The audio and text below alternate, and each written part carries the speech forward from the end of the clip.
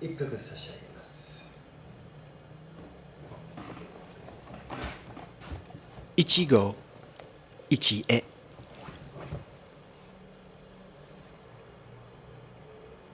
A single encounter in a lifetime. One life, one chance. YOLO. Of all the catchphrases thrown around in world Chanoyu culture, ichi-go, ichi-e is a staple of every introduction to the Japanese tea ceremony. But what does this phrase actually mean beyond the buzz? Let's scratch that ichi and have a go. Etymology. Ichi means one, once, singular, same, undefiled, all, everything, wholeheartedly. The e in ichi-e means meeting or chance.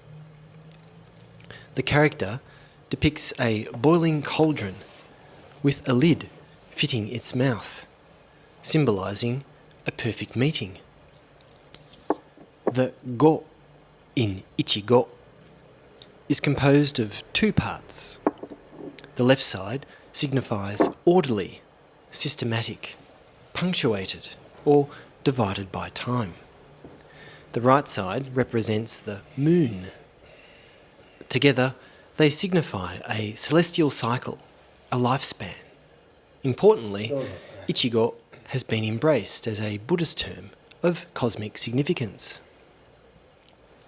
So from the characters alone, we may interpret ichi-go, ichi-e as a once-in-a-lifetime encounter of cosmic significance. Holy shit!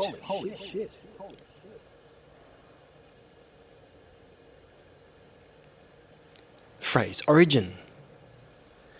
The earliest instance of ichi-go, ichi-e appears in Yamanoue Sōji's tea journal, the Yamanoue Sōji-ki. Whether the phrase originated with Sōji himself, his teacher Rikyū, Rikyū's teacher Jōō, or simply crystallised among tea practitioners over time, we'll never know. What's sure is this early matcha motto centres the ideal disposition of host and guest in a tea gathering within a Buddhist worldview. Beware the Buddhist jargon. Chanoyu holds that the host-guest meeting is a fleeting moment in the flow of all things, a transmigration Buddhists call Ruten, and Heraclitus phrased as Panta rhei, meaning life is flux. So if Shogyō mujō, the only constant, is change, then the question becomes, how do we live each moment like it eternally matters?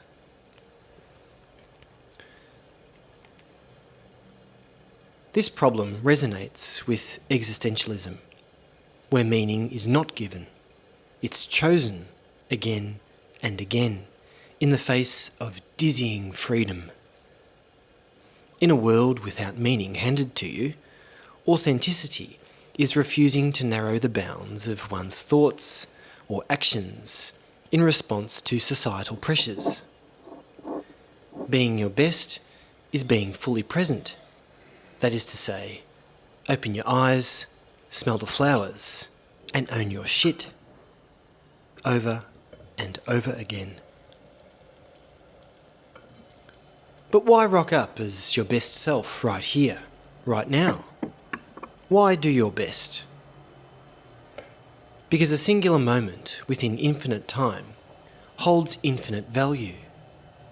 To be fully present, or what Buddhists call freedom from worldly desires, and what New Agers might label mindfulness, is to affirm the value of being with a capital B, to be filled with love and life, and to extend care towards all little beings.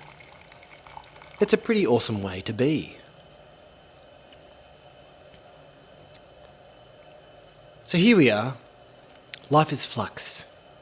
Ichi-go, Ichi-e. How do we do justice to the infinite life in each passing moment? The short answer is, keep doing tea, both inside and outside the tea room. The formula is to imbue the moment with both subjective and objective significance. The tea scoop taps the lip of the tea bowl, ringing a time-pausing note. The dew is so chill, it holds the moon's light. Altered.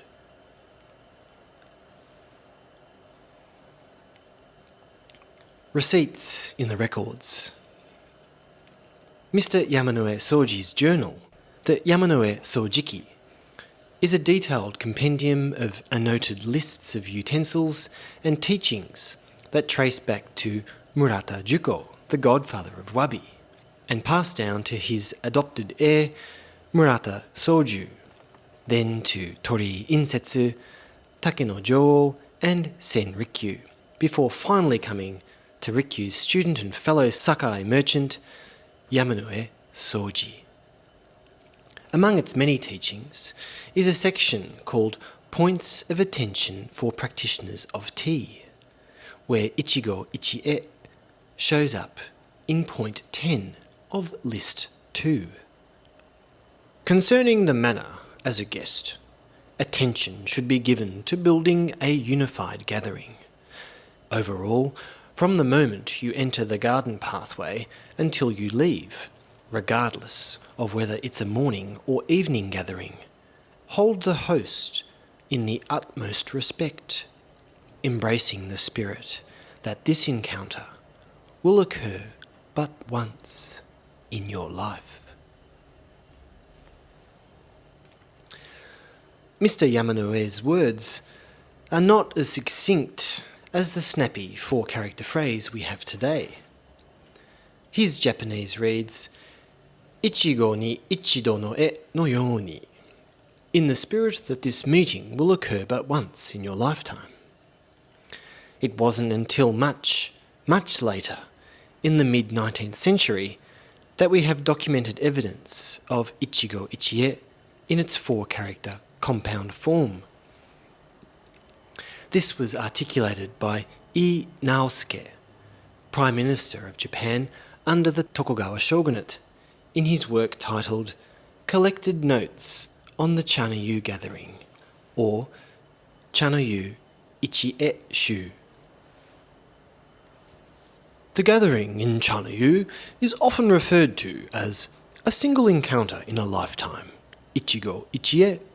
This concept emphasises that even if the same host and guest come together multiple times, they can never recreate the unique experience of that particular gathering. This realisation underscores the idea that each moment is truly one of a kind. As a result, the host pays meticulous attention to every detail, practicing deep mindfulness and complete sincerity to avoid any negligence. Meanwhile, the guest should recognise the significance of this occasion and remain sensitive to the host's efforts, fully understanding what it means to embrace a single encounter in a lifetime.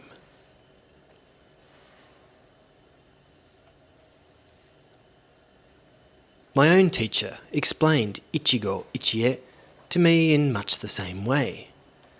Imagine if you were to conduct a tea gathering every day for your mate down the road. You see him or her between teas in other areas of life. For example, you'd see them at the milk bar, down the pub, while shopping at the market, etc. But in each tea gathering, ichi-go, ichi-e asks you to conduct the gathering as if it were the first and last Chanoyu you will ever share with your mate, Joe Blow. Consider extending this spirit to your interactions with family, friends, colleagues, and even strangers. Even just a bit. What would life look like?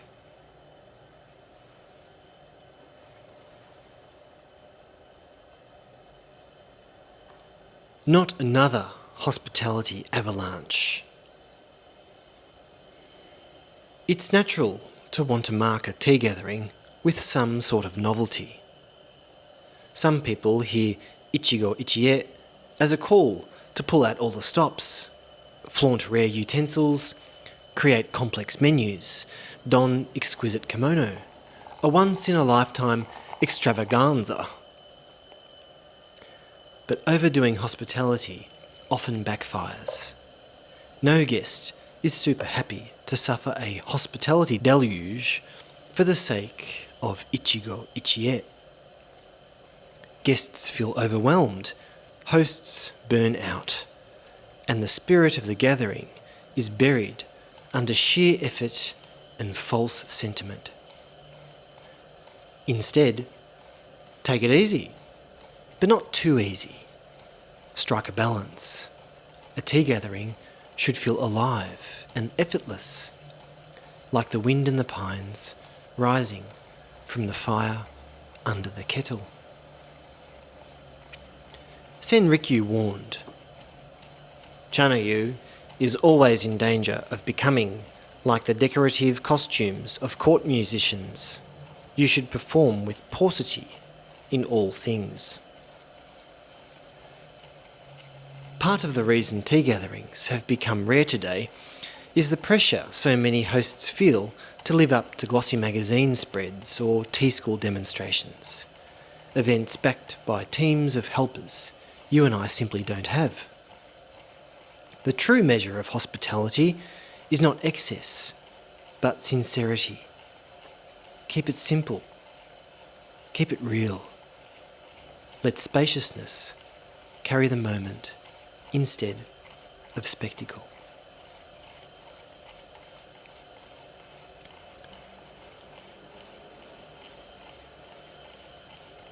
Realness. Rikyū rejects novelty for its own sake and questions the idea that being a guest is a passive experience. The heart and mind of both the host and guest must engage and connect. As a guest, Rikyū demonstrated co-creating ichi-go, ichi-e moments in a gathering hosted by Sumiyoshi Somu. Somu entered the tea room to announce the water from a special well had just arrived. He lifted the kettle and returned to the preparation room. Rikyū took the opportunity to remove the large dried gourd charcoal container from the shelf and replenished the carefully laid fire. The host, Somu, returned with the moistened kettle and gazed appreciatively at the charcoal before replacing the kettle. Here, both host and guest demonstrate their reverence for the singularity of the moment through spontaneous action. Hosokawa Sansai, who was a fellow guest with Rikyū at this Chanoyu, is known to have widely cited this gathering as particularly moving. As a result, this event has been passed down through history as an illustration of the spirit of ichi-go, ichi-e. But how do we cultivate this spirit? Rikyū gives us some further examples. As a general rule concerning the cleaning of the tea garden, if guests are to come in the morning, one should sweep the previous evening. If at noon, one should sweep in the morning. After that, even if fallen leaves should collect, the accomplished practitioner will allow them to lie as they are. Further, concerning the rocks placed in front of the stone basin, one should close one's eyes and drop them from a bucket. Then, after arranging them slightly with a cane, one should leave them as they are. These examples encourage actions that embrace the present moment's flux. Moments move from one to the next, providing endless opportunity for people to come together through unassuming, kindly action. Ichi-go, Ichi-e is not limited to people. It includes objects. The spirit of Ichi-go, Ichi-e dissolves the separation between self and other in all forms, cultivating a sense of universal care. If we keep the spirit of one meeting, one lifetime, alive each time we pick up the tea scoop or tea whisk in the temai, our actions become like dewdrops bending moonlight.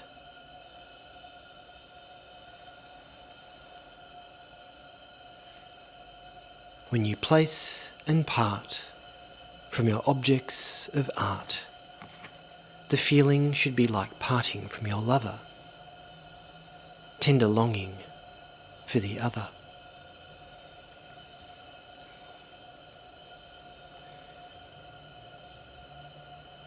Picking up our toothbrush in the morning with the same tenderness as our tea scoop is probably going too far. But what happens if we extend our care for people and objects in the tea room to the outside world? A deep mindset pervades our day and inspires our encounters. Like the ox herd entering the marketplace, bartering for a box of apples becomes the same warm, empathetic play with which you serve tea.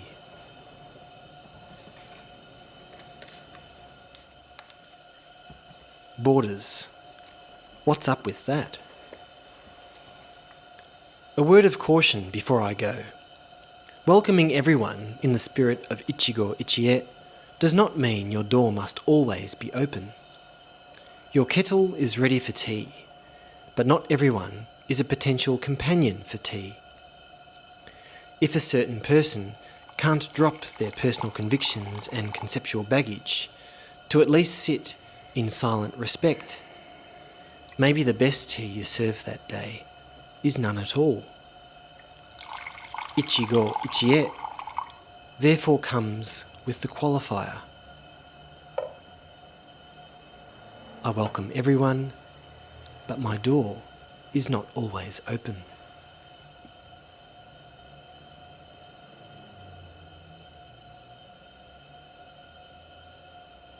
A better translation, maybe.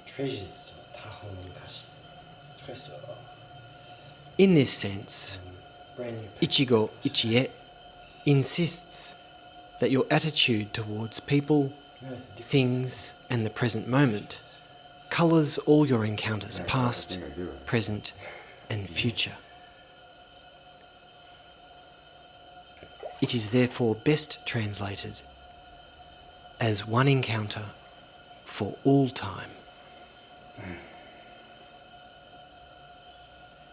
Our old way of tea is always new in each encounter, affirming its magic and mystery forever in this sublime present. One encounter for all time. I'll meet you there.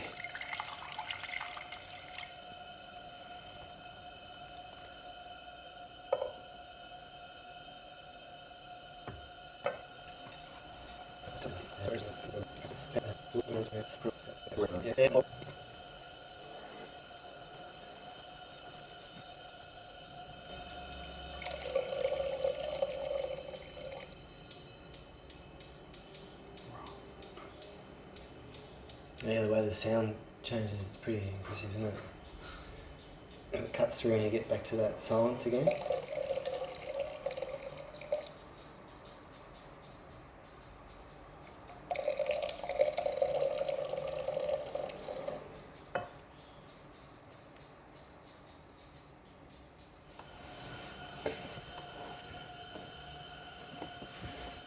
Thanks for sharing tea with me, mate. Thanks for having me. Yeah. All right. That was a good start to the day. Thanks, man. Yeah, my pleasure.